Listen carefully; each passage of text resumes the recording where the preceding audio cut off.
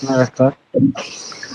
कमर गर्दन सीधा करके लंबा गहरा सांस लेके गायत्री ओम का उच्चारण करेंगे। ओ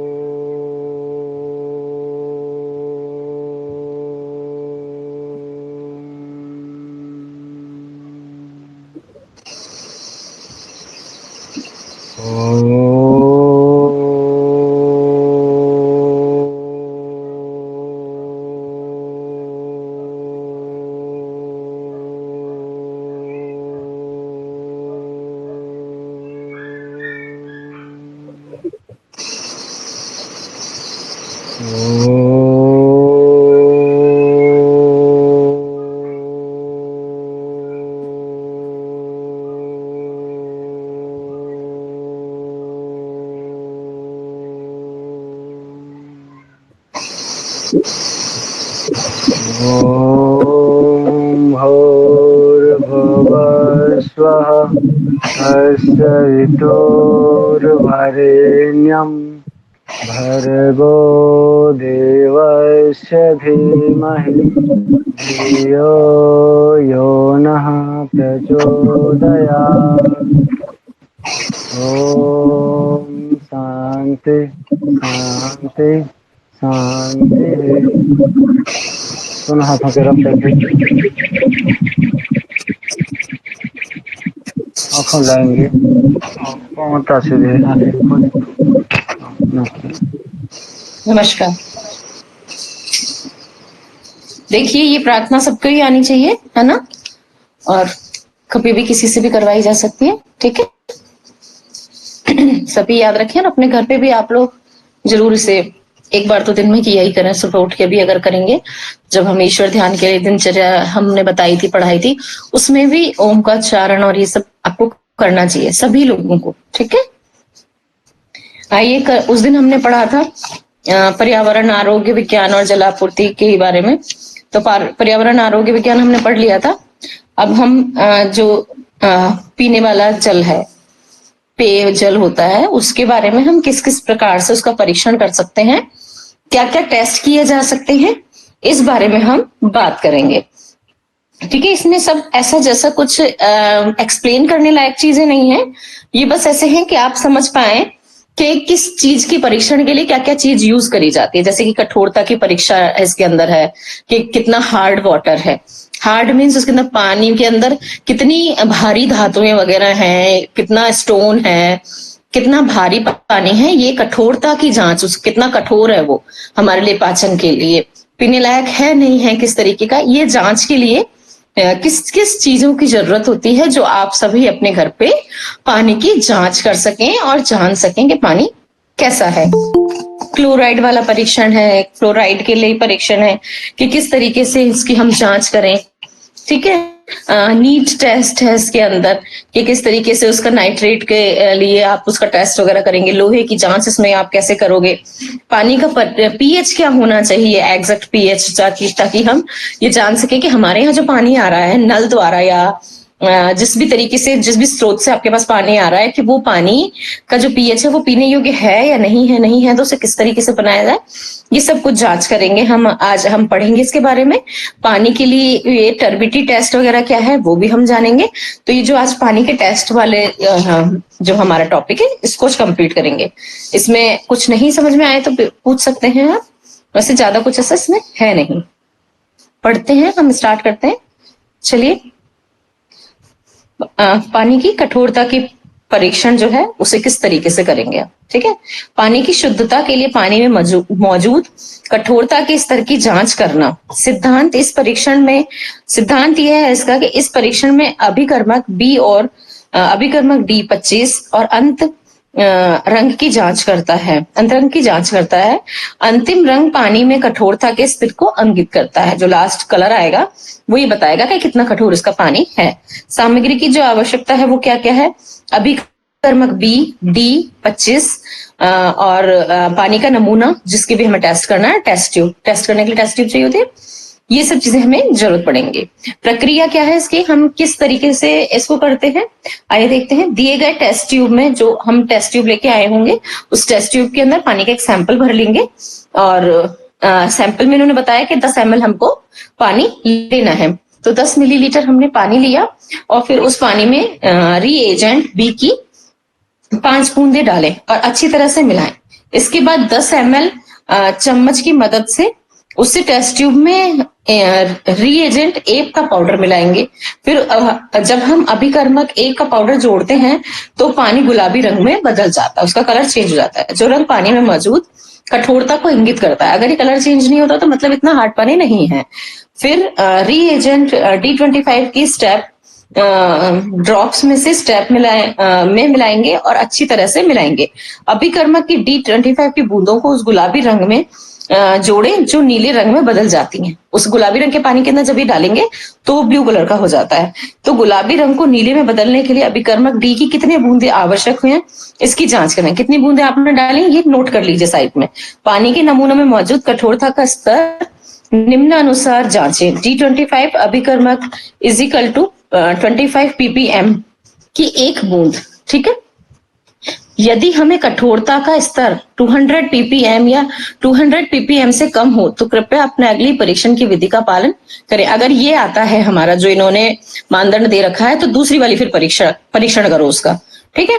दूसरा वाला क्या है, दिए गए टेस्ट ट्यूब में 25 ml पानी ले लो, फिर उसी टेस्ट ट्यूब में रीएजेंट बी की 10 बूंदे डालें और अच्छी तरह से मिलाएं। इसके बाद 50 मिलीग्राम चम्मच की मदद से उस टेस्ट ट्यूब में रीएजेंट ए पाउडर मिलाएंगे और अब इसे अच्छे से मिलाएंगे। फिर रीएजेंट D25 की स्टेप ड्रॉप्स में स्टेप मिलाएंगे और इसे अच्छी तरह से हिलाएंगे। अभिकर्मक D25 की बूंदों को उस गुलाबी रंग में जोड़ें जो कि नीले में बदल जाती हैं और उसके नीले में बदलने का अभिकर्मक D25 की कितनी बूंदे आवश्यक है इसकी जांच करें। पानी के नमूने में मौजूद कठोरता के स्तर निम्नानुसार ही जांचें और D25 अभिकर्मक इज इक्वल टू 10 ppm की 1 बूंद, ठीक है। आगे चलते हैं। योग्यता का परीक्षण इसका कैसे है। पानी में मौजूद क्षारीयता के स्तर का अध्ययन करने के लिए कितना क्षारीय हमारा पानी है ये हमें इसमें देखना है। सामग्री क्या चाहिए हमें, जल परीक्षण किट चाहिए, पानी का नमूना चाहिए। प्रक्रिया, दिए गए टेस्ट ट्यूब में 10 ml पानी लेंगे और इसके बाद रीएजेंट टी पाउडर 50 मिलीग्राम मिलाएंगे। इससे ठीक से मिलाएंगे। इसके बाद अभिकर्मक टी पाउडर को जोड़ रहे हैं तो पानी का रंग हरे रंग में बदल जाता है, ठीक है। कलर चेंज फिर अब इसमें हुआ, इसमें हरा रंग हो गया, ठीक है। यदि पानी लाल रंग में बदल जाता है तो ये दर्शाता है कि पानी की क्षारीयता न्यून है। अगर वो लाल हो जाता तो मतलब वो क्षारीय नहीं है और क्योंकि वो हरे रंग का हो गया इसलिए वो क्षारीय है, एल्कलाइन वाटर, ठीक है। फिर ड्रॉप वार तरीके से एल्कलाइन 25 की तरल रीएजेंट को मिलाएंगे और उसे उचित तरीके से मिलाएंगे। फिर वे बूंदे मिलाएंगे जो हरे से लाल रंग में बदल जाए। उसके बाद लाल रंग में बदलने के लिए आवश्यक बूंदों की गिनती करेंगे, ठीक है। फिर पानी में मौजूद कुल क्षारीयता की गणना करेंगे। एल्कलाइन की 1 बूंद इज इक्वल टू 25 बूंद 25 ppm, 25 बूंद इज इक्वल टू 25 ppm, ठीक है। नोट ये आप नोट कर लो कि यदि 250 ppm और 200 ppm की से कम क्षारीयता स्तर है तो अगले परीक्षण विधि का पालन करेंगे। वापस से ये अगले परीक्षण करेंगे जो है ऐसा सेम, हम उसी को दोबारा करेंगे कि किस तरीके से उसको मिलाया, जैसे उसको मिलाया दोबारा उसको उसी तरीके से देखो। दिए गए टेस्ट ट्यूब में फिर 25 ml पानी लेंगे। हम पहले हमने लिया था 10 ml, अब की बार हम दोबारा में लेंगे 25 और उसके बाद रीएजेंट टी पाउडर को 50 ml उसमें मिला लेंगे। ठीक से मिला करके इससे पानी का रंग हरे रंग में बदल जाएगा। फिर पानी के रंग में हम ये बता ही रहा है कि क्षारीय हो गया, हरे रंग का पानी है तो एल्कलाइन वाटर आ गया। पानी की क्षारीयता जो एल्कलाइन वाटर होता है वो हमारी बॉडी के लिए सबसे अच्छा वाटर होता है, ठीक है, पीने के लिए। फिर ड्रॉप वार तरीके से एल्कलाइन 25 तरल को मिलाएंगे और इसे उचित तरीके से मिलाएंगे। इसमें बूंद बूंद मिलाएंगे जो हरे रंग से लाल रंग में बदल जाता है। फिर उसके बाद वापस देखेंगे कि हम गिनती करेंगे कि कितनी बूंद इजिकल टू कितना, तो यहाँ 25 इजिकल टू 10 ppm, ठीक है। अब हम क्लोराइड का परीक्षण कैसे करते हैं, चलो इसको भी देखते हैं। पानी में मौजूद क्लोराइड के स्तर का अध्ययन करने के लिए आवश्यक सामग्री हमें लगेगी जल परीक्षण का किट, जो किट है जिसे जांच होगी, और पानी का नमूना जिस पानी की हमको जांच करनी है। प्रक्रिया क्या है, टेस्ट ट्यूब में सीरीज की सहायता से आप सिरिंज की सहायता से डाल लीजिए 5 ml पानी, फिर से 50 mg चम्मच की मदद से टेस्ट ट्यूब में क्लोराइड बी डाल देंगे हम, उसके अंदर CLB में पाउडर मिलाएंगे और इसे ठीक से मिलाएंगे। फिर हम CLB पाउडर को, CLB मतलब वही CLB ये ऊपर लिखा है ना, वही लिखा हुआ है, को जोड़ रहे हैं और पानी पीले रंग में बदल जाता है। अब यहाँ पे कलर चेंज हो गया, कौन सा हो गया, पीले रंग का हो गया। जो क्षारीय था उसमें कलर क्या हो गया था, हरे रंग का हो गया था, ठीक है। और जो हार्ड था, कठोर पानी था, उसका रंग गुलाबी रंग के अंदर बदल गया था। तो इस तरीके से इनके कलर चेंज हुए थे। अब जो ये जिसमें क्लोराइड का है, तो क्लोराइड किसमें चेंज हो गया, पीले रंग में बदल गया है। इसके बाद ड्रॉप वाइज तरीके से फिर रिएजेंट ये डालेंगे और इसे उचित तरीके से मिलाएंगे। फिर अभिकर्मक को पानी में मिलाकर इसे पीले से ईंट के लाल रंग में जैसे बदल जाए, जैसे ईंट का रेड कलर होता है ना एकदम लाल, वैसी वाली लाल कलर में जब तक नहीं बदलता तब तक डालते हैं। फिर लाल रंग में बदलने के लिए आवश्यक बूंदों की गणना करेंगे कि कितना डालने पे, कितनी बूंदे डालने पे ये लाल रंग बदला। CLB is equal to 25 ppm की एक बूंद, और इसमें यदि पानी की क्लोराइड की कुल गिनती 250 ppm या 200 ppm से कम है तो अगला परीक्षण फिर करेंगे हम। अब इसमें क्या बिल्कुल सेम है, बस पानी जो है चेंज हो जाता है कि 5 मिलीलीटर सिरिंज की मदद से डाल करके टेस्ट ट्यूब में 12 मिलीलीटर पानी डाल लेंगे, ठीक है। पहले हमने लिया था 5, अब हम लेंगे 12.5। अब 50 ml उसमें टेस्ट ट्यूब में डालेंगे क्लोरीन बी पाउडर और फिर उसे ठीक से मिलाएंगे। जब इसे हम पाउडर को जोड़ रहे हैं तो पानी का रंग क्या हो गया, हरे रंग का हो गया। अब हमने देखा क्या कलर चेंज हुआ, हरा रंग आ गया। इसके बाद ड्रॉप वाइज तरीके से इसे रिएजेंट फिर डालेंगे इसके अंदर और उचित तरीके से मिलाएंगे। उसे अभिकर्मक के पानी में मिलाने से पीले रंग के से ईंट के लाल रंग में बदल देता है, हम देखते हैं, ठीक है। पानी का रंग पीले से ईंट के लाल रंग में बदलने के लिए आवश्यक बूंदों की गणना करेंगे और उसको हम नोट कर लेंगे। CLB is equal to 25 ppm की एक बूंद, ठीक है। अब हम करते हैं फ्लोराइड की जांच। अब उसकी जांच हमें कैसे करनी है, चलो देखते हैं।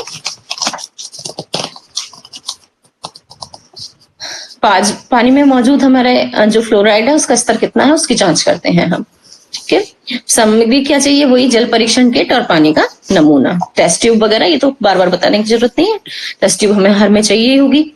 अब टेस्ट ट्यूब में हम क्या करेंगे, 3 मिलीलीटर पानी लेंगे टेस्ट बोतल में, फिर उसे टेस्ट ट्यूब में डाल देंगे। रिएजेंट 10 की 10 बूंदे डालेंगे।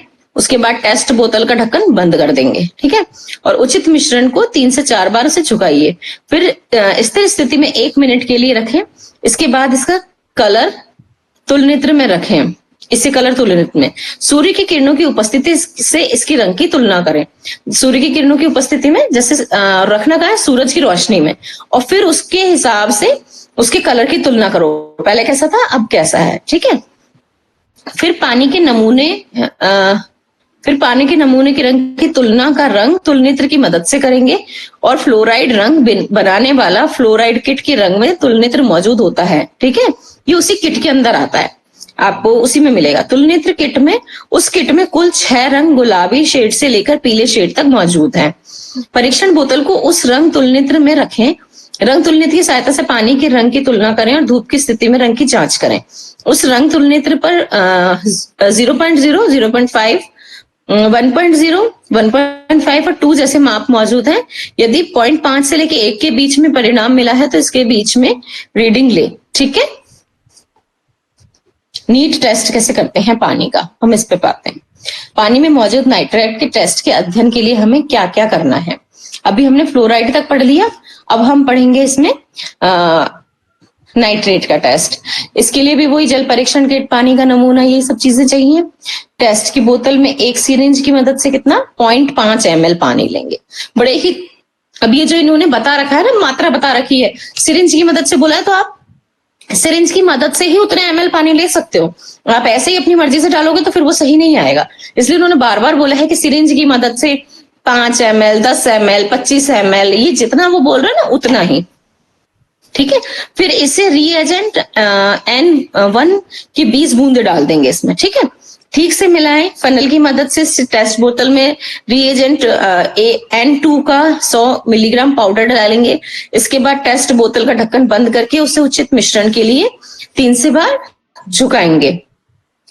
फिर स्थिर स्थिति में 1 मिनट के लिए रख देंगे और इसके कलर को तुलनेत्र में देखेंगे। ये भी तुलनेत्र इसके अंदर आता है, उससे हम चेक करेंगे। सूर्य की किरण की उपस्थिति में तुलना करें, फिर पानी के नमूने के रंग की तुलना तुलनेत्र से करें। तो नाइट्रेट का रंग घटक क्या होता है वो बता रहे हैं। नाइट्रेट किट में रंग तुलनेत्र मौजूद होता है। उस किट में भी 5 रंग गुलाबी छाया से मौजूद हैं। परीक्षण बोतल से उस रंग की तुलना से तुलना करें। रंग तुलनेत्र की सहायता से पानी के रंग की तुलना करें। धूप की उपस्थिति में रंग की जांच करें। तुलनेत्र पर 10, 20, 30, 50 ppm जैसे माप दिए होते हैं। इससे हमें 40 और 50 के बीच का परिणाम मिला है। इसके बीच की रीडिंग ले, मतलब 45 ppm के रूप में फाइनल रीडिंग है कि 45 ppm है। ठीक, आगे चलते हैं। लोहे की जांच कैसे करी जाएगी पानी के अंदर? वही है, सामग्री के अंदर हम परीक्षण किट, पानी का नमूना, ये सारी चीजें आ जाएंगी। अब टेस्ट बोतल में 10 ml पानी लें। अब देखो उसमें दे रखा है 10 ml, तो 10 ml ही लेना पानी लें। इसके बाद टेस्ट बोतल में 10 बूंद रिएजेंट FeA की मिलाएं और इसे ठीक से मिला दें। ठीक है, फिर FeC लिक्विड की 1 से 0 बूंदें डालें और उसे उचित तरीके से मिलाएं। इसके बाद टेस्ट बोतल का ढक्कन बंद करके उसे उचित मिश्रण के लिए 3 से 4 बार जुड़ाएंगे। फिर स्थिर स्थिति में 1 मिनट के लिए रखें और इसके बाद इसके कलर की तुलना करेंगे। हम तुलनेत्र में रख देंगे वापस। सूर्य की किरणों की उपस्थिति में से भी देखा जाएगा। पानी के नमूने को रंग की तुलना करेंगे तुलनेत्र की मदद से। इसमें भी तुलनेत्र है, इसमें भी उसी से हम करेंगे और सूरज की उपस्थिति में, सूरज की किरणों की उपस्थिति में से देखेंगे। अब लोहे का रंग बनाने वाला नाइट्रेट किट में तुलनेत्र मौजूद होता है उसमें भी। और इस किट में कुल 5 रंग नारंगी रंग की छाया के मौजूद होते हैं। नारंगी के ही 5 अलग अलग शेड्स होते हैं। अब जैसे उसमें कितना था, क्या था, पिंक कलर था, मतलब गुलाबी रंग के 5 शेड्स मौजूद थे। और इसके अंदर ऑरेंज कलर के, मतलब नारंगी रंग के 5 शेड्स मौजूद हैं। परीक्षण बोतल को उस रंग तुलनेत्र में रख देंगे और फिर हम देखेंगे, इसकी सहायता से पानी के रंग की तुलना की जांच करेंगे। धूप जहां होगी, धूप की उपस्थिति में उस रंग तुलनेत्र पर 0.0, 0.3, 0.5, 0.7 और 0.7 और 1 ppm जैसे माप मौजूद हैं। उसी से हम नापेंगे। सबका अलग अलग ppm है, याद रखिएगा। ठीक है, पानी के लिए परीक्षण जांच, पीएच परीक्षण हम कैसे करेंगे? उद्देश्य हमारा क्या है? पानी में मौजूद पीएच के स्तर की जांच करना, अध्ययन करना उसका। उसके लिए सामग्री है जल परीक्षण किट, पानी का नमूना आदि। ठीक है, प्रक्रिया है, टेस्ट बोतल में 10 ml पानी लेंगे हम। उसके बाद उस टेस्ट बोतल में 5 बूंदें रिएजेंट pH 1 की डालेंगे और उसे ठीक से मिलाएंगे। इसके बाद टेस्ट बोतल का ढक्कन बंद करके उचित मिश्रण के लिए 3 से 4 बार उसे ऐसे करके झुकाना मीन्स ऐसे हिलाना नहीं, उसको ऐसे झुकाना, ऐसे करना, सीधा नीचे करा, फिर वापस ऐसे सीधा कर दे, झुका के ऐसे। जब हम टेस्ट करते हैं, जब हम बोल रहे हैं कि झुकाना है, हिलाना होगा तो हम कहेंगे उसे हिलाओ, और जब झुकाना होगा तो हम कहेंगे उसे झुका दो। तो 3 से 4 बार ऐसे झुकाना, बस इतने में ही मिल जाएगा वो। ठीक है, उसके साथ कुछ अलग एक्सपेरिमेंट अपनी तरफ से करने की जरूरत नहीं है। हम अपनी तरफ से नहीं कर, जैसा बताया गया है वैसे ही करेंगे। उसे झुका दें हाथ से 1, 2, 3, 4, बस इतना। ठीक है, ऐसे उसे झुकाएं और फिर स्थिर स्थिति में ले आए। फिर बिल्कुल स्थिर कर दें उसे कि जब पानी हिलना बिल्कुल बंद हो जाए उस स्थिति में। फिर 1 मिनट के लिए रखे रहेंगे उसको इस तरीके से। इसके बाद कलर तुलनेत्र में रखेंगे, सूर्य की किरणों की उपस्थिति में इसके रंग की तुलना करेंगे। फिर पानी के नमूने के रंग की तुलना तुलनेत्र की मदद से करेंगे। पीएच का रंग तुलनात्मक पीएच किट में रंग तुलनेत्र मौजूद है। इस किट में कुल 5 गुलाबी रंग की छाया है। इसमें भी क्या कलर है? 5 गुलाबी रंग की छाया है। परीक्षण बोतल में उस तुलनेत्र में रख देंगे और उसकी रंग तुलनेत्र की सहायता से उसके रंग की जांच करेंगे। धूप की उपस्थिति में उस पे सारे पीएच के मार्क दिए हुए हैं, 0.0, 0.3, 0.5, 0.7 और 1 ppm जैसे माप है। और यदि हमें 3 से लेके 5 के बीच में, 0.3 से लेके 0.5 के बीच में मिलता है, परिणाम मिला है, और इसी के बीच की रीडिंग है तो उसके बीच की रीडिंग ले लो, मतलब वो पीएच आपके लिए सही है। पानी की टर्बिडिटी का टेस्ट कैसे करते हैं, चलिए देखते हैं। पानी में मौजूद टर्बिडिटी के स्तर का अध्ययन करना। आवश्यक सामग्री हमें चाहिए, पानी परीक्षण किट, पानी का नमूना आदि। सबसे पहले एक साफ टेस्ट जार लेंगे, उसके बाद निशान तक पानी डालेंगे, जो उसमें लगे होते हैं ऊपर की तरफ ना निशान लगे होते हैं, कि वहां तक निशान तक पानी भर लो। सूर्य के प्रकाश में पानी के रंग की जांच करेंगे, उस रंग से मेल खाए उसकी टर्बिडिटी पर चार्ट होता है, इनका चार्ट होता है टर्बिडिटी का, और उसके अब चार्ट के अनुसार टर्बिडिटी स्तर की जांच करें और टिप्पणियों का रिकॉर्ड करें कि क्या क्या है, और उसके नमूने के प्रत्येक परीक्षण के लिए निष्कर्ष लिखें। पहुंच क्या क्या है हमारे पानी की, हम इसके बारे में देखते हैं। देखो यहाँ पे आपके पास पीडीएफ होगी सबके पास, देखिए इसमें देखो दिखा रखा है कि अफ्रीका में लोग किस तरीके से लोग पानी निकाल रहे हैं।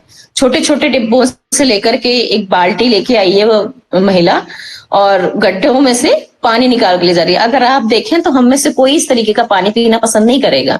ये पेयजल जैसा सुरक्षित पीने का पानी नहीं है। अफ्रीका में यहाँ बता रखे हैं, अफ्रीका में केवल 46% ही लोग ऐसे हैं जिनके पास स्वच्छ और सुरक्षित पेयजल है, जिससे कि बीमारी नहीं फैल सकती। इस तरीके से के पानी से तो फैलेगी। और देखिए अगला जो पिक्चर है उसमें देखो मशीन्स लगा रखी हैं कि थाईलैंड में पानी कैसे मिल रहा है। पानी प्रदान करने वाली मशीनें हैं। 1 लीटर शुद्ध पानी को, जिसमें बोतल ग्राहक की खुद की होगी, उनकी नहीं है। ग्राहक अपनी बोतल लाएगा, 1 लीटर पानी भरवाएगा, एक बाहात में बेचा जाता था, वो बेचा जाता है पानी। किस तरह से मशीन लगी। अगर हम लोग भी पानी का ध्यान नहीं रखेंगे, पानी ज्यादा वेस्ट करेंगे, जितनी जरूरत है भाई, जितनी जरूरत है उसे यूज करो और बाकी को बचा के रखो। अगर हम नहीं बचाएंगे, चाहे हमारे यहाँ ज्यादा पानी है पर हर जगह तो अवेलेबिलिटी नहीं है, क्या पता उस पानी को जिसको हम वेस्ट कर रहे हैं वो आगे किसी के काम आए, वो पीने के काम आए, और हम उसको बहा के वेस्ट कर रहे हैं। तो हमें सोच समझ के पानी का यूज करना चाहिए। ये नहीं कि आपका नल खुल रहा है, आप ब्रश कर रहे हो, मुंह धो रहे हो, अरे अच्छे से मग में पानी लीजिए, मुंह से आराम से धुल जाता है। पानी को बह करके क्यों वेस्ट जाने देना है। वो पानी किसी के पीने के लिए काम आ जाएगा, किसी की प्यास बुझाएगा, किसी का खाना बनाएगा। तो हमें पानी के बारे में हमेशा विचार करना चाहिए कि उससे व्यर्थ हमें नहीं गंवाना है। हमारे यहाँ है, हमारे पास है, इसका मतलब ये नहीं है। आप देखिए मध्य प्रदेश वगैरह में कितनी सारी जगह ऐसी जगह हैं कि बहुत गहरे गहरे कुएं हैं, लोग अपनी छोटी छोटी सी बाल्टियां, मतलब उसमें पानी दिखता भी नहीं है और कोनों में इस तरीके से पानी भरा हुआ है, वो डिब्बे डाल डाल के थोड़ा थोड़ा सा उसमें पानी आता है। और उसका जो कलर है, आप जो टर्बिडिटी वाली बात हो रही है, जो कलर है वो ऐसा कलर है कि उसको देख के आप कहेंगे नहीं कि इस पानी को हम नहाने धोने के लिए भी यूज करेंगे। और वो उनका पीने का पानी है, वो उसे ले जाते हैं, छानते हैं, उबालते हैं, फिर किसी तरीके से उसको पीते हैं, कि खाना बनाते हैं, कैसे यूज करते हैं।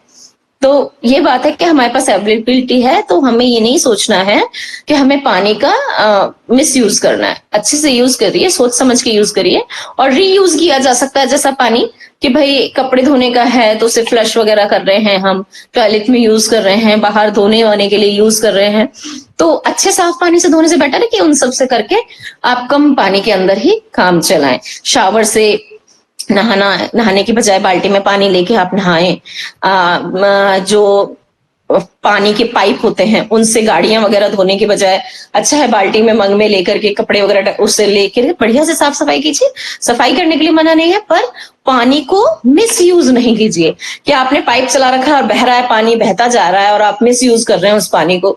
वो पानी बहुत ही कीमती है। पानी, इतना ज्यादा पानी नहीं है हमारे यहाँ पीने योग्य कि हम उसको वेस्ट करें। देखिए दुनिया में, दूसरे देशों में कितनी परेशानियां हैं। अभी आप दुबई वगैरह की तरफ चले जाएं तो अगर आपने पानी थोड़ा सा मिसयूज किया तो वहां कानून बने हैं कि आपने पानी इतना खर्चा किया। उनके जैसे हमारे बिजली का बिल आता है, गैस का बिल आता है, वैसे वहां पे पानी का बिल आता है कि इतना हमारे यहाँ भी पानी का बिल आता है, पर वहां बड़ा मोटा बिल आता है। जैसे हम तो छोटे छोटे से कुछ पैसे देते हैं कि हाँ एक बार कनेक्शन कराया, इतना रुपया दे दिया, या हर महीने का 200-300 रुपया। वहां तो बिल्कुल प्रॉपरली इतने लीटर का इतना रुपया, इस तरीके से पानी होता है। और जो लोग कम पानी यूज करते हैं और मितव्ययता से वहां पे पानी यूज करते हैं, मतलब कंजूसी से अच्छे से बचा बचा के सही तरीके से यूज करते हैं, वहां पे उन लोगों को अवार्ड्स भी दिए जाते हैं कि भाई आपने पानी का सदुपयोग किया। तो वो नौबत ना आए हमारे यहाँ, इसलिए हम सबको बताना भी चाहिए, दूसरे लोगों को भी, और खुद भी इतना रहना चाहिए कि हाँ हम पानी को सही से यूज करें। ये पानी के बारे में ही यहाँ ये पूरा ये दिखा रखा है कि कैसे कैसे कहाँ कितना पानी दिया जा रहा, कैसा है गुणवत्ता हर देश के हिसाब से बता रखी है। पूरी जो लास्ट वाला आपका टॉपिक है उसमें देखिए आप। अब देखो इसके बारे में हम पढ़ते हैं आगे। पानी में क्या है, धरती की सतह पर लगभग 70 हिस्से में पानी होने के बावजूद भी अधिकांश पानी वो खारा है। मतलब सब क्या है, बड़े बड़े समुद्र हैं। अब समुद्र का पानी तो हम पी नहीं सकते, वो यूज करने लायक ही नहीं है, खारा है। तो इसीलिए कहते हैं कि जो स्वच्छ पानी है वो बहुत कम प्रतिशत है, तो उसको हमें अच्छे से यूज करना चाहिए, सोच समझ के यूज करना चाहिए। स्वच्छ पानी धरती के लगभग सभी आबादी वाले क्षेत्रों में है। हालांकि अब महंगा है, कहीं पैसे से आ रहा है, कहीं कैसे आ रहा है। आपने देखा होगा पहले तो पानी हम आए गए राहगीरों को भी पिला दिया करते थे, आजकल तो बोतल में बंद पानी 20 रुपए की 1 लीटर की बोतल मिलती, तो सोचिए कितना महंगा पानी हो गया है। लेकिन जितना पानी है ना, ये महंगा होने के बावजूद भी हमेशा इसकी आपूर्ति स्थायी रहेगी, इस बात की कोई गारंटी नहीं है। पानी प्राप्त करने वाले स्रोत में निम्नलिखित शामिल हो सकते हैं, जैसे जमीन के स्रोत हैं, भूजल वाला पानी है, आप लगा करके जो समरसेबल वगैरह होते हैं, मोटर होते हैं, एम्पलीफायर होते हैं, लगा के पानी जो निकाला जाता है। वर्षण, जिनमें वर्षा, ओले, बर्फ, कोहरे वगैरह है, इसका पानी है। सतही पानी, जिसमें नदियां और जलधाराएं और ग्लेशियर हैं, जो सतह पे पानी है मौजूद, जिसे हम देख सकते हैं। जैविक स्रोत, जैसे कि पौधों में भी पानी होता ही है। समुद्र विलवणीकरण, कि हम इसको डिस्टिल कर देंगे पानी को, समुद्र के पानी को यूज कर देंगे। वो बहुत एक महंगा भी प्रोसेस है, और इतना जितनी आबादी है उसके हिसाब से उसको इतना डिस्टिल करना और पहुंचाना एक बहुत बड़ा टास्क है। ठीक है। झरने का पानी, जो कि एक कृत्रिम प्राकृतिक संसाधन है, जिससे ज्यादातर बोतलबंद पानी तैयार होता है। आमतौर पर इसमें खनिज मौजूद होते हैं। विकसित देशों में घरेलू जल वितरण प्रणाली द्वारा पहुंचाए जाने वाला नल का पानी का मतलब है कि नल के माध्यम से पाइपों के जरिए पानी घर घर पहुंचाया जाता है। ये सभी पानी के स्वरूप आमतौर पर काम में आते हैं और अक्सर छान कर शुद्ध करके ही इसे यूज किया जाता है। ठीक है, पेयजल वाली ये बात है। पीने योग्य पानी के स्थानांतरण और वितरण का सबसे प्रभावी जो तरीका है वो पाइपों के माध्यम से है, कि जो सबसे सही तरीका है वो यही है कि पाइप के माध्यम से एक जगह पे है पानी इकट्ठा करा गया है, उसको जो स्थानांतरण किया जा रहा है पीने योग्य पानी का, पाइपों के माध्यम से, जो छोटे बड़े मोटे पाइप जो ज्यादा दूर है उस हिसाब से पाइपों को घर घर पहुंचाने का काम पाइप वाला सबसे सही है। ये पाइपलाइन तैयार करने में काफी मात्रा में पूंजी का निवेश होता है, और आवश्यकता तो खैर है ही उसकी, पैसों की, तभी ये काम हो पाएगा। कुछ प्रणालियां उच्च परिचालन लागत से ग्रसित हैं। औद्योगिक देशों में खराब होने वाले पानी और स्वच्छता संबंधी बुनियादी सुविधाओं को बदलने की लागत अधिक से अधिक $200 बिलियन प्रति वर्ष तक हो सकती है, क्योंकि जो औद्योगिक क्षेत्र होते हैं वो जो अपना औद्योगिक वेस्ट निकालते हैं उससे पानी खराब हो जाता है, वो पीने योग्य नहीं रहता। पीने योग्य क्या, वो किसी भी योग्य नहीं रहता। ना आपसे उससे सिंचाई कर सकते हो, ना उससे आप घर के किसी और यूज में ला सकते हो। वो पानी वेस्ट खराब हो जाता है। अगर उसे साफ करना है और उसे सही करना है तो उसमें $200 बिलियन से भी प्रति वर्ष से भी ज्यादा का खर्चा है। ठीक है। पाइपों से अनुपचारित और उपचारित पानी का रिसाव पानी तक पहुंच को कम करता है। जब कहीं पे पानी अगर रिस रहा है, आप देखें लीकेज हो रहा है, पाइप में लीकेज हो रहा है, पानी बह रहा है, वहां से काई भी है, वहां पौधे भी हैं, तो वो क्या होता है कि अगर वहां से पानी रिस रहा है तो जहां पहुंचना चाहिए वहां थोड़ा कम मात्रा में पहुंचेगा, और ऐसे अगर 2 4 6 जगह है तो पानी की मात्रा कम अपने आप ही हो जाएगी। तो शहरी प्रणालियों में 50% तक रिसाव की दरें असामान्य नहीं है। इतना होता ही है रिसाव वगैरह, क्योंकि वो इतने टाइम पे सही नहीं हो पाती हैं सुचारू रूप से, ये पूरा सिस्टम ठीक से नहीं चल पाता है, तो कहीं ना कहीं होता ही है। उच्च प्रारंभिक निवेश की वजह से कई कम अमीर देश उपयुक्त बुनियादी ढांचों को विकसित या कायम रखने का भार बर्दाश्त नहीं कर पाते, और इसके परिणाम स्वरूप इन क्षेत्रों के लोगों को अपनी आय का एक अपेक्षाकृत बड़ा हिस्सा पानी पर खर्च करना पड़ सकता है।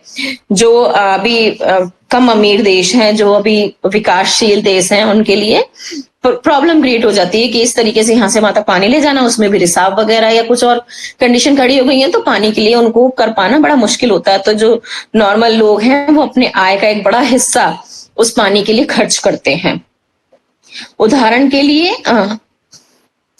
अल साल्वाडोर से प्राप्त 203 के आंकड़े हैं ये। ठीक है, संकेत देते हैं कि 20% गरीब परिवार अपने आय का 10% से अधिक हिस्सा पानी पे खर्च करते हैं। ठीक है, यूनाइटेड किंगडम के प्राधिकरण एक कठिनाई की स्थिति में एक व्यक्ति की आय 3% से अधिक का हिस्सा पानी पर खर्च किए जाने के रूप में परिभाषित है, कि इतना वो खर्च कर देते हैं। बिना सुरक्षित पानी पीने की पहुंच वाले लोगों के अनुपात का आधा करने का सहस्त्राब्दी विकास लक्ष्य जो है वो संभवतः 1900 से 2015 तक हासिल किया जाएगा। वो तो हो चुका है, अब अधिकतर पहुंच गया है। बहुत सारी जगहों पे पानी, बहुत सारी ऐसी योजनाएं चलाई गई हैं, और अब तो 2024 चल रहा है, ये 1915 के बीच 90 और 15 के बीच की बातें हैं। हालांकि कुछ देश अभी भी भारी चुनौतियों का सामना कर रहे हैं। अभी भी है बहुत सारी जगह ऐसी जहां पे बहुत उसका सामना किया जा रहा है। ग्रामीण समुदाय 2015 टीएमजी के पानी के लक्ष्य को पूरा करने से काफी दूर है। तब ज्यादा दूर थे, अब तो ग्रामीण इलाकों में भी नल से पानी पेयजल पहुंच रहा है। दुनिया भर में ग्रामीण जनसंख्या के केवल 27% के घरों में सीधे तौर पर पाइप के जरिए पानी पहुंचाया जाता है और 24% आबादी असंशोधित स्रोतों पर निर्भर करती है। एक असंशोधित पानी के स्रोत की पहुंच के बिना 884 मिलियन लोगों में से 746 मिलियन लोग 84% ग्रामीण क्षेत्रों में रहते हैं। ठीक है, और उप सहाराई अफ्रीका ने 1990 के बाद, ये 1990 के आंकड़े हैं अधिकतर, 1990 206 वगैरह में कि इतना 9% सुधार हुआ, 9%, या विपरीत एशियाई पूर्वी एशियाई देशों में इस तरीके से हुआ।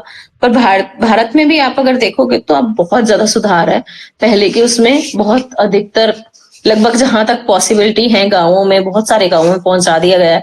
पर बहुत सारी जगह अभी भी ऐसी हैं जो पहुंच से दूर हैं और अभी उन पर काम करना बाकी है। ठीक है, ये तो हमने आज पढ़ा पूरे पेयजल के बारे में, कैसा कैसा होता है, किस तरीके से है, कैसे जांचें की जा सकती हैं, कितना पानी उपलब्ध है, किस तरीके से यूज करें, किस तरीके से हमको वो सब कुछ चीजें हमें समझनी चाहिए और पढ़ना है इसको एक बार, आपको और अच्छे से समझ में आएगा।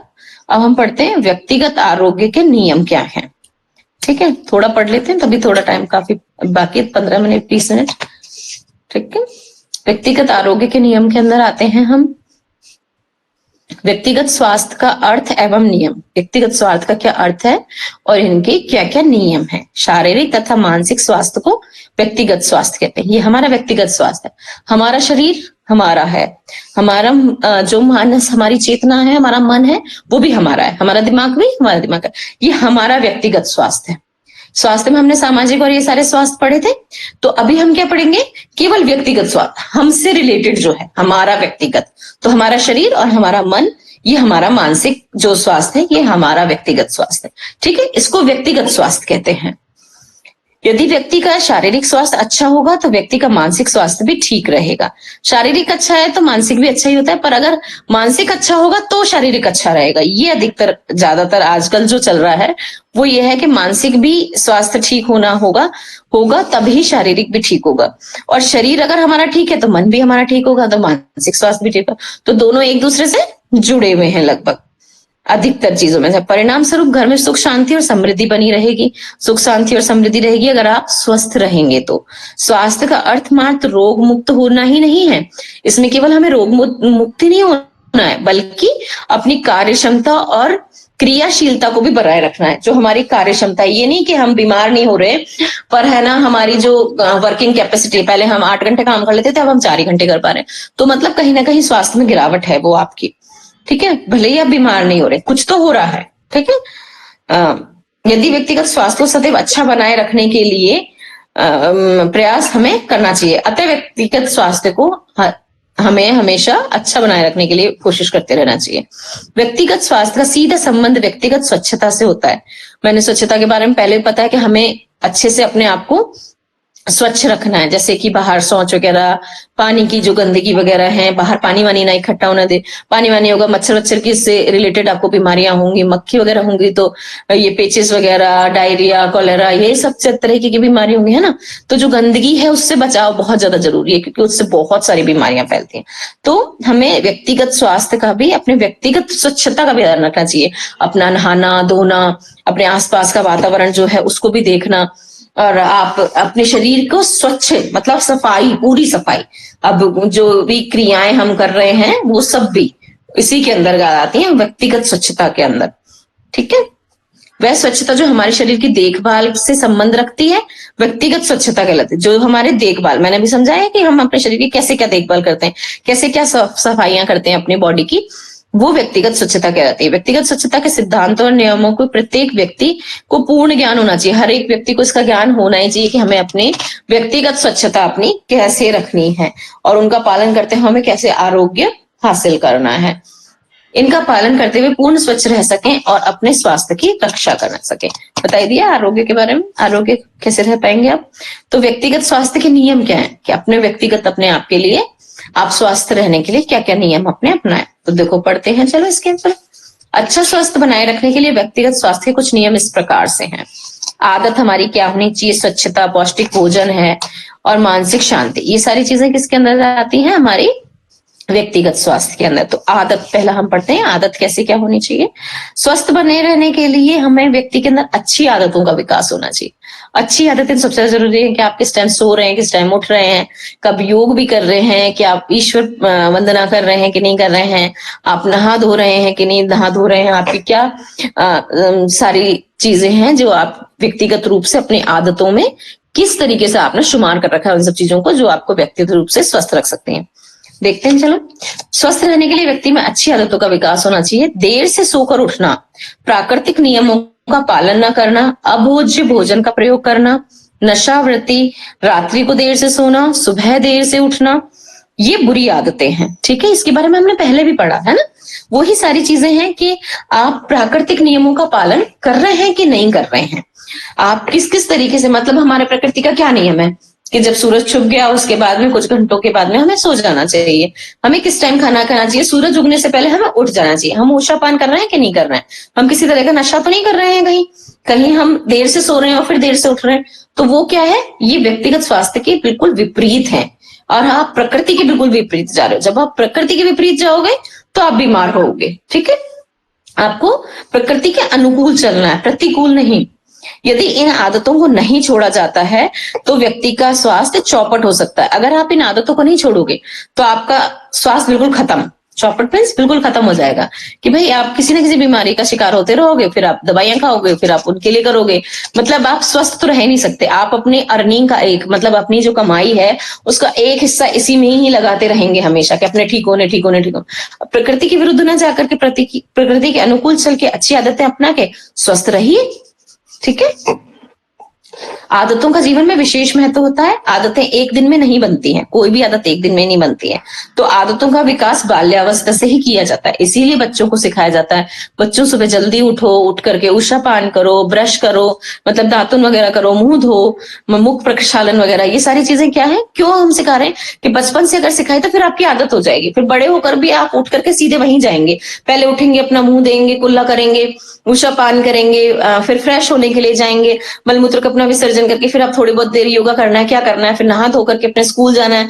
तो फिर जैसे जैसे बड़े होते जाते हैं वैसे फिर कॉलेज जा रहे हैं, फिर काम पे जा रहे हैं। तो वो एक दिनचर्या सेट हो गई, आदत बन गई कि उठ के ये काम करना है, मतलब करना ही। तो इसलिए बाल्यावस्था से ही बच्चों में अच्छी आदतों का विकास करना चाहिए हमें हमेशा ही। हम ध्यान रखें कि जो चीज बचपन में हमने बच्चों के दिमाग में भर दी और उसको एक आदत बना दी तो वो उसके जीवन पर्यंत चलेगी। अब आपके ऊपर है कि आप अच्छी आदत उनके अंदर डालना चाह रहे हैं या बुरी आदत डालना चाह रहे हैं। तो बुरी आदत से वो आगे जाकर के आपका बच्चा होगा, पर अगर आज अच्छी आदत डाल रहे हैं तो थोड़ी कठिन अवश्य लगेगी वो, पर आगे के लिए, हमेशा के लिए वो उसके जीवन का एक स्वस्थ जीवन का राज बन जाएगा। जबकि कोई पूछेगा क्या कारण है, तो मैं सुबह जल्दी उठता हूँ, उषा पान करता हूँ, नहाता धोता हूँ, अपनी स्वच्छता का ध्यान रखता हूँ, व्यक्तिगत स्वास्थ्य का ध्यान रखता हूँ, तो मैं व्यक्तिगत रूप से स्वस्थ हूँ। ठीक है, अतः माताओं को चाहिए कि प्रारंभ से बच्चों को अच्छी आदतों का विकास करें। जैसे शुरू से ही प्रातः सूर्योदय से पहले उठना, शौच में दांत करना और उसके पश्चात ही किसी प्रकार का आहार ग्रहण करना चाहिए। समय से स्नान, स्वच्छ वस्त्र पहनना, दूसरों का तौलिया, कंघा व कपड़ों का उपयोग नहीं करना। ये ऐसी छोटी छोटी आदतें हैं जो हम अपने बच्चों में अगर विकसित करेंगे तो उनके अंदर स्वच्छता की आदतें पड़ती जाएंगे, फिर हमें आगे प्रॉब्लम नहीं होगी और उस बच्चे को भी आगे प्रॉब्लम नहीं होगी, उसके अंदर भी हमेशा के लिए ये आदत पड़ जाएगी। स्वच्छता, स्वस्थ रहने के लिए स्वच्छता का होना भी आवश्यक है। शारीरिक स्वच्छता होने से हमारा स्वास्थ्य ठीक रहता है। शारीरिक रूप से आप स्वच्छ हो तो आपका स्वास्थ्य ठीक रहेगा। शारीरिक रूप से स्वच्छ होने के लिए आवश्यक है कि प्रत्येक व्यक्ति स्वच्छता के नियमों का विषय में पूर्ण ज्ञान रखता हो। सभी को होना चाहिए, वो काम हमारा है, सिखाना और बताना, और खुद भी जानना और दूसरों को भी बताना। स्वच्छ रहने के लिए स्वच्छ वातावरण बनाया जाए, शुद्ध भोजन किया जाए, शुद्ध और ताजी हवा का सेवन किया जाए। इस प्रकार का वातावरण बनाने पर व्यक्ति रोग मुक्त रह सकेगा। ठीक है, पौष्टिक भोजन आता है अब इसके बाद में कि हम कैसा खाना खा रहे हैं। जो आज हम आजकल डिब्बों में बंद खाना, कैंड फूड, मैदा वैदा का ये सब कुछ खाते हैं, बहुत नुकसान करता है। खाने में तब स्वाद जरूर लगता है, पर वो हमारे आंतों के लिए, लिवर के लिए, सबके लिए बिल्कुल बेकार है। हमारा जो पैनक्रियाज है उसे सहन कर पा रहा है कि नहीं कर पा रहा, लोड उसका ले रहा है कि नहीं, हमारा जो लिवर है वो कितना जरूरत से ज्यादा काम कर रहा है। पता पड़ा आपका भोजन अब बिना पचा ही पड़ा है पेट में, क्योंकि वो सारी चीजें बहुत हैवी होती हैं और वो हमारे खाने के लिए नहीं बनी, हम जबरदस्ती खा रहे हैं उसको। ठीक। स्वस्थ पौष्टिक भोजन का क्या नियम है, क्या खाना चाहिए? स्वस्थ रहने के लिए शुद्ध और पौष्टिक भोजन बहुत आवश्यक होता है। और पौष्टिक भोजन का अभिप्राय है कि व्यक्ति की आवश्यकता अनुसार पर्याप्त मात्रा में प्रोटीन वगैरह लेना, आपको कि कितना प्रोटीन चाहिए, कितना कार्बोहाइड्रेट, वसा, विटामिन, खनिज लवण युक्त भोजन होना चाहिए। तो वो भोजन आप क्या करोगे, घर पे तो प्रिपेयर करोगे। जो बाहर के ये मैदा वैदा के बने आते हैं, डिब्बों में बंद खाने आते हैं, वो थोड़े ना इस तरीके के होते हैं, और न ही वो ताजा होता है, न ही वो सुपाच्य होता है। भोजन शुद्ध होना चाहिए। अब शुद्धता से तो आप अपने घर पे ही खाना बना सकते हो। आपको नहीं पता कि जो वहां पे जो होटल वाला, रेस्टोरेंट वाला या ये चाउमीन मैगी वगैरह वाले बना रहे हैं, वो किस तरीके से बना करके आपके लिए खाना लेकर के आ रहे हैं। वो हमारे ऊपर है कि हम कितनी स्वच्छता से उस भोजन का निर्माण कर रहे हैं।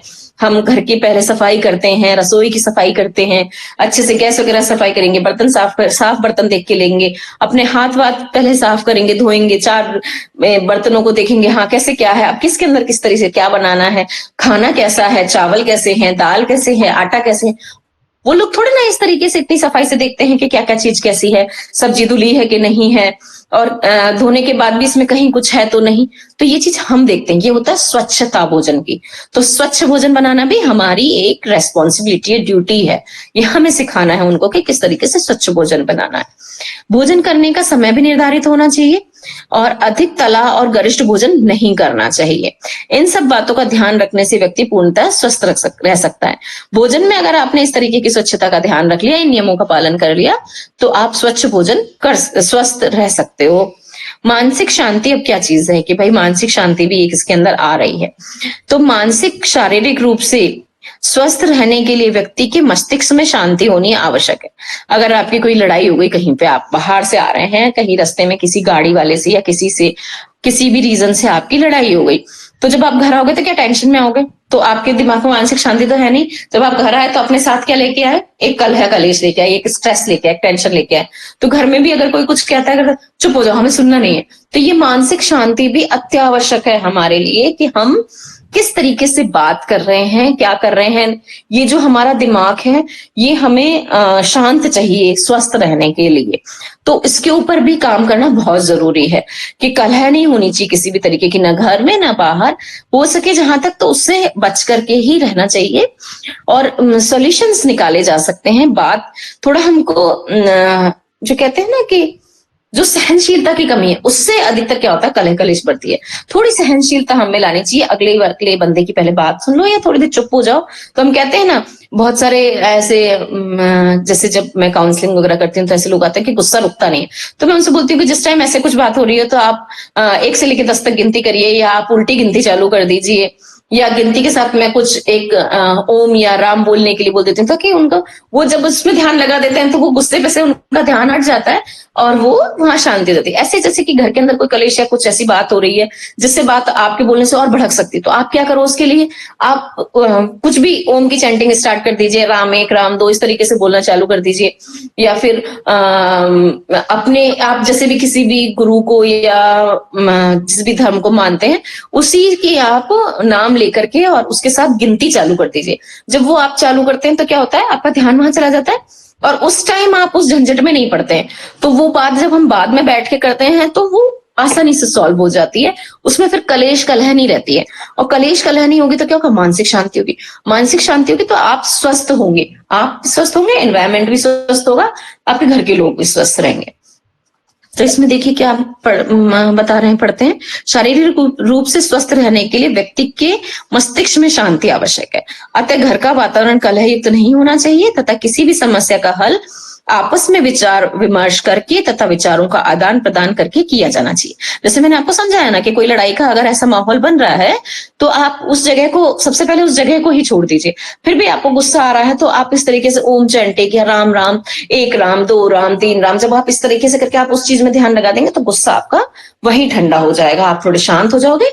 फिर बाद में बैठ के उसी बात के ऊपर विचार विमर्श करें कि ये बात ऐसे थी ऐसे थी, जब हम शांति से बैठ के किसी भी बात पे विचार विमर्श करते हैं तो इस तरह की कोई कलेश कलह होने का डर नहीं रहता है, वो बात आराम से बातचीत द्वारा ही सुलझाई जा सकती है। तो ये सब हमारे जो चारों टॉपिक हुए, आदत, स्वच्छता, पौष्टिक भोजन और मानसिक शांति, ये क्या है, हमारे व्यक्तिगत स्वास्थ्य के नियम हैं जिनको फॉलो करके हम व्यक्तिगत रूप से पर्सनली अपने आप को स्वस्थ रख सकते हैं। अगर हम इन आदतों को और इन रूल्स को फॉलो करें तो व्यक्तिगत आरोग्य के ये चारों नियम सबसे ज्यादा जरूरी है। अगर इसको हर व्यक्ति फॉलो करने लग जाए तो अपने आप बड़े आसानी से आरोग्य को पा लेता है। कुछ और पूछना है तो पूछिए, टाइम हो रहा है। अब हम इसके आगे तो कल पढ़ेंगे, बड़ी आंत का स्वास्थ्य नियम क्या है, ठीक है। बाकी कुछ पूछना हो तो आप पूछ लीजिए अगर इसमें नहीं समझ आया है तो।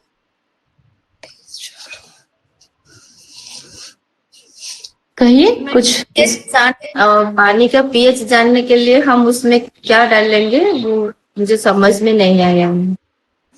इसमें बता रखा था ना इसने। वैसे आजकल क्या है, पानी का पीएच जांचने के लिए एक छोटा सा पीएच मीटर आता है, तो बस ज्यादा महंगा नहीं है, ऑनलाइन में मिल जाता है, ऑफलाइन में मिल जाता है। तो उसमें क्या है, एक छोटा सा टेस्ट ट्यूब जैसा लगा होता है, आप उसको देंगे और उसमें ऐसे पेन जैसा होता है, वो उसमें ऐसे यहाँ पे रीडिंग होती है, ऐसा इतना सा मीटर जैसा होता है। आप जैसे ही उसको, जैसे कि ये उसका नीचे वाला है, आप उसको ऐसे करके पानी भर के जब इसके अंदर ऐसे डालते हैं तो उसमें यहाँ पीएच आ जाता है कि आपके पानी का कितना पीएच आ रहा है। अगर आपने देखा हो, अगर आपके यहाँ पे फिल्टर वगैरह हो तो जब जांच करने वाला आता है, सर्विस करता है, तो बताता है मैडम आपका जो नॉर्मल पानी है जो आ रहा है उसका पीएच ये है, और जो फिल्टर होके पानी आ रहा है उसका पीएच ये। तो सबसे आसान तरीका तो ये है। ये तो बहुत पुराने तरीके हैं पानी के पीएच जांच करने के लिए। इसमें इन्होंने क्या मिलाने के लिए बताया, मैं बताती हूँ आपको। रीएजेंट pH 1 डाला है इन्होंने। ये बहुत पुराने तरीके हुआ करते थे, जब हम पढ़ते थे उस टाइम के तरीके हैं ये, कि हम ऐसी चीजें मिला मिला के टेस्ट ट्यूब में और फिर उससे चेक करते थे कि क्या पीएच है, क्या चीज है। जैसे लोहे वगैरह की नीट की सब जांच हुई है तो ये हम करते थे केमिस्ट्री लैब के अंदर, कि इसके अंदर ये चीज मिलाया, फिर इसके अंदर ये चीज मिलाया तो ये कलर आ गया, फिर इस चीज का जांच किया। इस तरीके से हम इन सब चीजों की जांच किया करते थे। पानी में क्या क्या चीज है, क्या क्या कितनी है, ये पहले जांच की जाती थी। तो ये 5 बूंद इसके अंदर रीएजेंट pH 1 मिला करके इन्होंने पीएच की जांच करी है कि क्या पीएच है। बट बहुत जो सरल तरीका आजकल न्यू मॉडर्न टेक्नोलॉजी का आ गया है, तो वो सबसे 500 वगैरह रुपए में, शायद 400, 350, 400 रुपए में अवेलेबल है आजकल। 900 रुपए तक क्वालिटी वाइज है कि किसमें कहता है। वो बहुत इजी तरीका है कि आप लीजिए, पानी के अंदर डाल करके बस सैंपल में वो डुबोना है और आपको पीएच पता चल जाएगा। और बाकी अगर इस तरीके से करना चाहते तो इसमें इन्होंने रीएजेंट डाला हुआ है pH 1, उससे आप जांच कर सकते हैं पानी लेके। बस इसमें हमें ध्यान क्या रखना है कि इन्होंने कितनी मात्रा बोली है पानी की और कितनी मात्रा बोली है रीएजेंट की, कि इस चीज के लिए इतना पानी और इतना ये। तो इसीलिए इन्होंने बार बार कहा है कि सिरिंज, तो सिरिंज में क्या होता है, सब ml लिखे होते हैं। जब ऐसे इतनी बड़ी सिरिंज होती है, मेरे पास शायद होगी, मैं आपको दिखाती हूँ।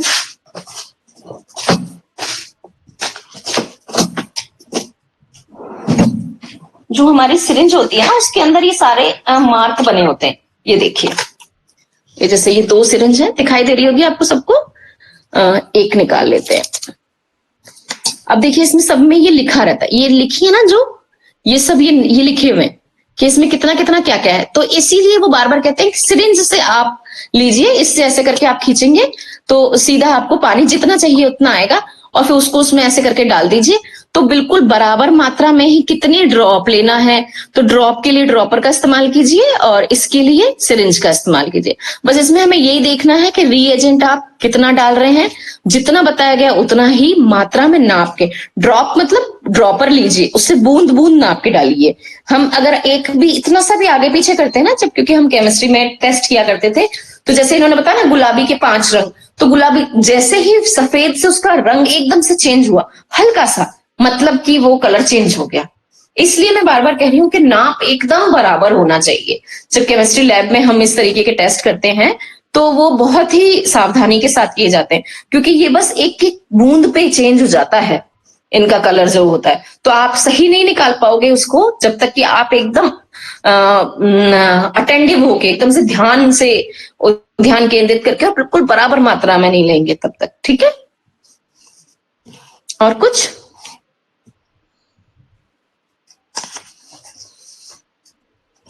मैम टाइम हो गया है।